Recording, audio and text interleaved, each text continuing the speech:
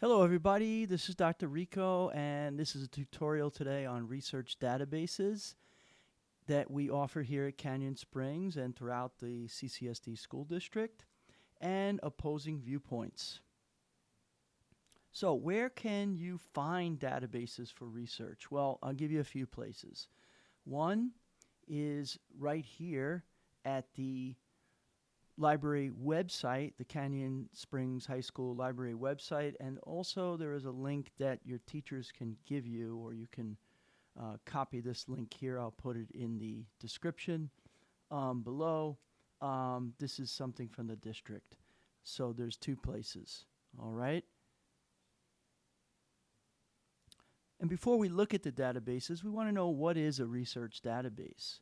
Well, it's organized. It's an electronic collection. Before, when I would first look at databases, they'd be in print form, but now they're in electronic form, very easy to access, and they're reliable. They come from accurate, authoritative sources. So these come from professors, journalists, researchers, and you can use them for assignments and projects.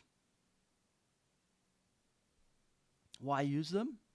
Well, a lot of times they come from, like I said before, academics or professors in scholarly journals, and they're vetted. That means that usually at least 3 people look over these articles and ask for revisions or ask questions before the papers or articles are published. So the journals, they hold high standards. For myself, I've written several of these and gone through the process of being vetted, and I can tell you it's quite a rigorous process. So it may be painstaking for the author, but at the end of the day, you have a much better paper, a much better product that comes out of these journals as a result. So yeah, and how to use them? Well, I'm going to show you the databases in a few moments. You choose the one that matches your subject. We have them in history, science, ELA, etc. And you should use keywords and not full sentences. Keywords are going to give you more accurate search results. Now, there's something called Boolean operators and modifiers, Boolean spelled Boolean, and those Boolean operators like and, you have to do it in all caps, or in all caps, OR, they will refine your search or broaden your search even more. That's a discussion for another lesson, but you may want to research that. And how do you use them? You would filter your results by date or source type. You can even choose to have something that's peer-reviewed or vetted only. I'll show you that. That's a feature in EBSCO, which I'll run through today. And you can select for reliable sources, meaning scholarly or academic journals. And then there's other sources that may be less vetted, not saying less reliable, but maybe some people might say less reliable, like newspapers, which go through less vetting. And you can always ask me for help, okay, with these databases or databases. So the 3 that I'll go over today is EBSCO, Gale opposing viewpoints, and all sides.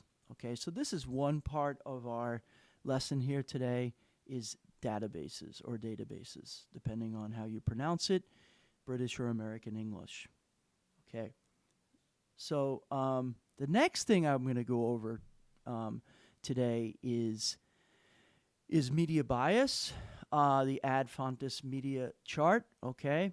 And when you're looking through databases and looking for sources, this goes hand in hand with databases and looking for resources, you want to look for opposing viewpoints, not just one viewpoint, especially in, say, a history class. There's always a few sides to a story, right? So that's something that we'll go over today as well. And there's a link to it here, which I will go over in a moment.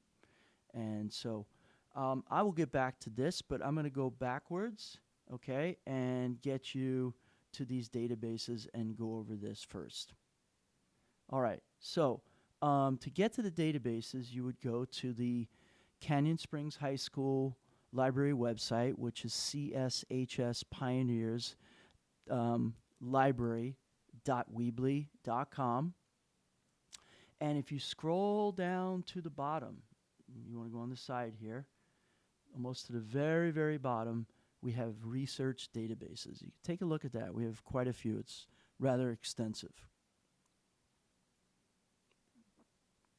I'm going to focus on two, EBSCO and then Gale opposing viewpoints. And for EBSCO, we're going to look for academic peer-reviewed articles or papers. And Gale opposing viewpoints, we're going to look at infographics. And then all sides, well, this will give you all sides of a story, all sides of an issue or a topic. Okay? So let me go back here. And let's take a look at EBSCO, for example. It'll bring you here. All right? And we're going to look, say, history. All right?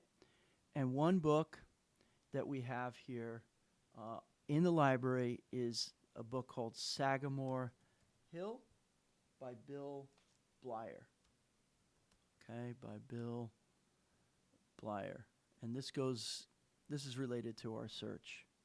All right, this is the book right here. All right, and so we have this book in the library if you'd like to order it or check it out. And so the reason why I chose this is because I'm going to search for Roosevelt and Sagamore Hill. So when you get here, you're going to have to look for Canyon Springs. And the reason why Sagamore Hill is important is because in your U.S. history class or world history class, there was an event called the Russo-Japanese War, and President Teddy Roosevelt laid the groundwork for the peace treaty called the Treaty of Portsmouth at his home on Long Island, at Sagamore Hill. So that peace process began there. So let's imagine that we're doing a project on the Treaty of Portsmouth or the Russo-Japanese War, the end of it, the peace treaty. By the way, Roosevelt won the Nobel Peace Prize for his part in ending the Russo-Japanese War and bringing peace.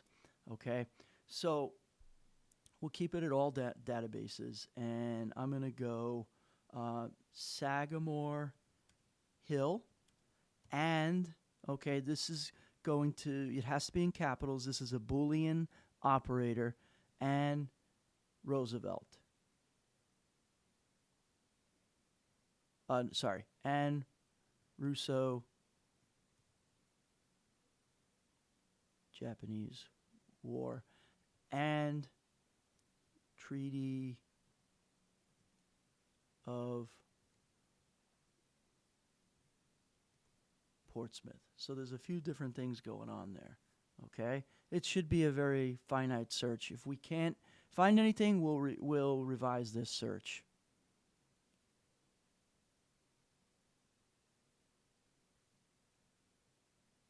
Okay, so it's too finite, right? So I probably should just get rid of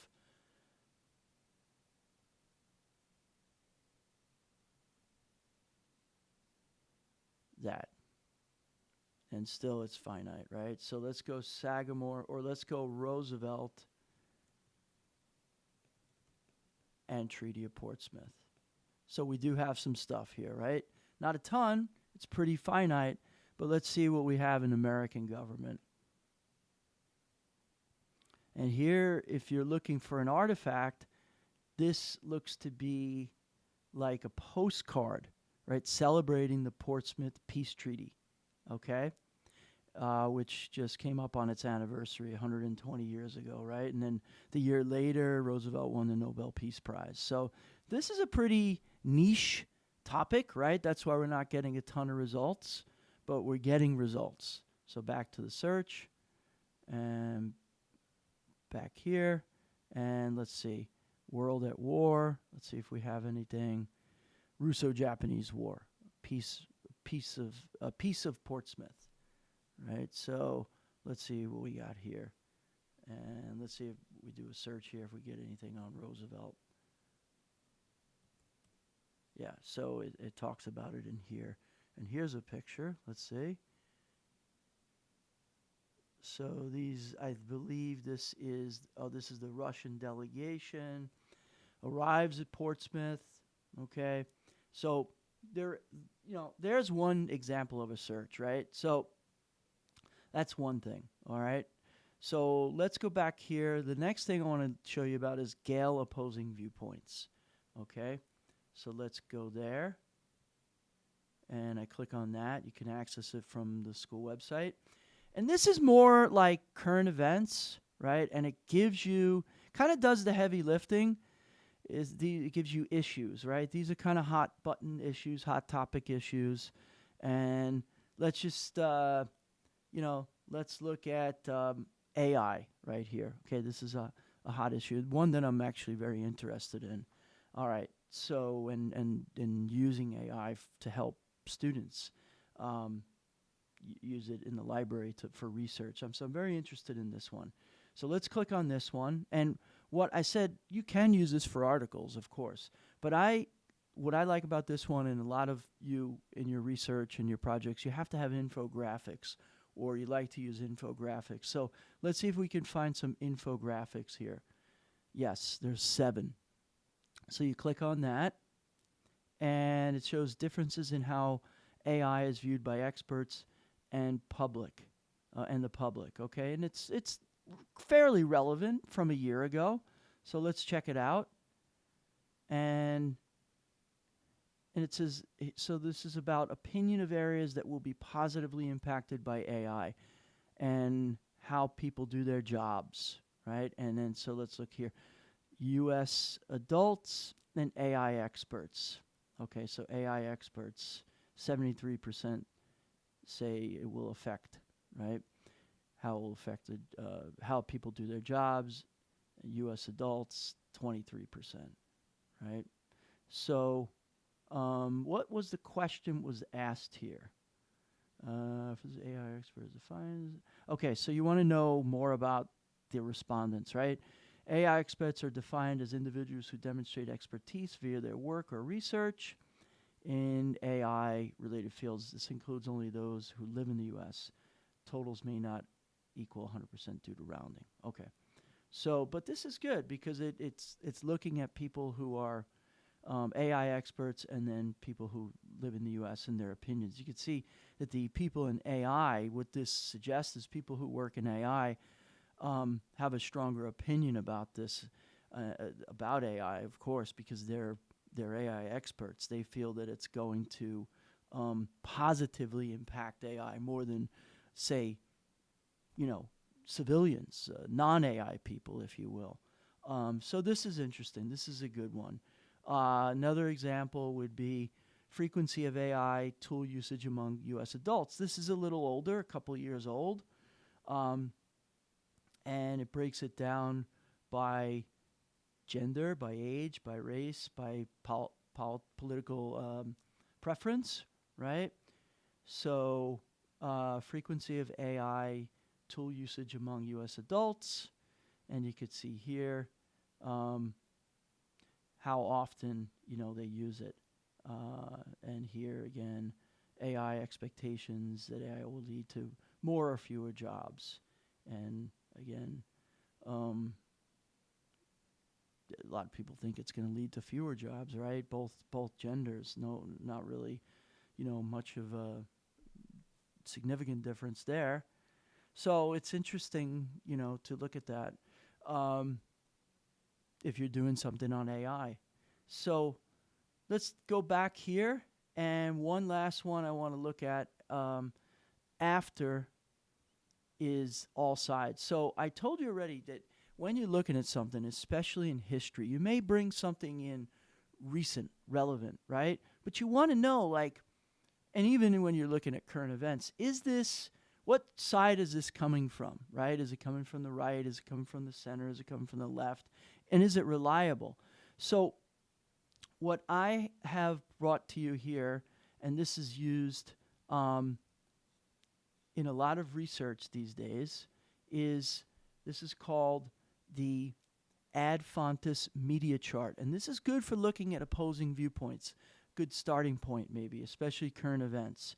And it's used in studies around the world, Harvard University studies, and amongst others. Okay? Some of the concepts or terms that you're going to look at here when looking at this chart or need to know is opposing viewpoints, right? You have from this chart liberal to conservatives, reliability, and framing, how something is presented. Is it presented to the left or to the right? Are things missing because of the position that someone's taking? And then how reliable is it? Is it accurate? Is it balanced?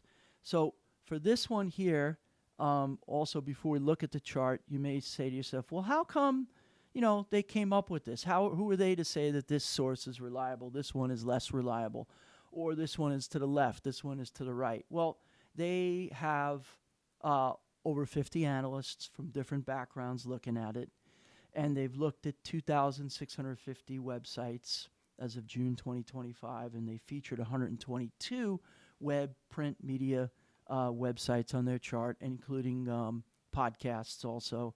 And then they have a rating by 3 analysts representing the left, the center, and the right. So there's quite a few, there's a lot of triangulation, meaning there's a lot of different angles being looked at here, a lot of different people looking at it. So it seems to be it seems to be reliable, it seems to be valid, it seems to be a robust, thorough methodology approach looking at this scale. Okay, so that answers how they're coming up with these opinions.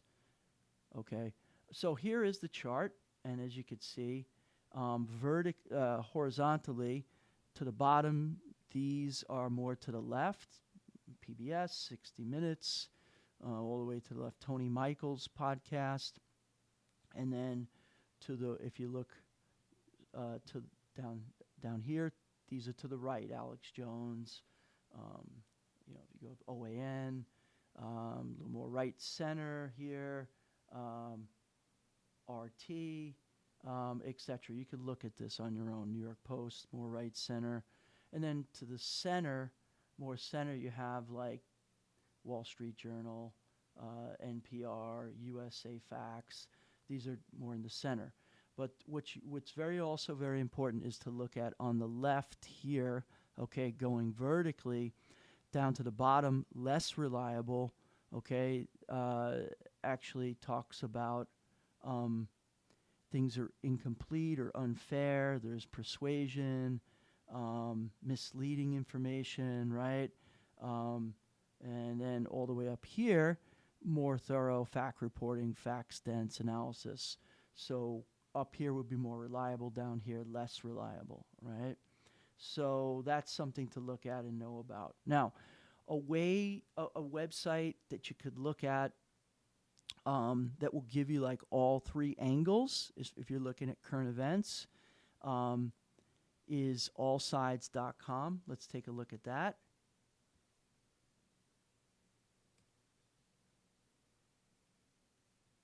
Okay, I am a human. Thank you.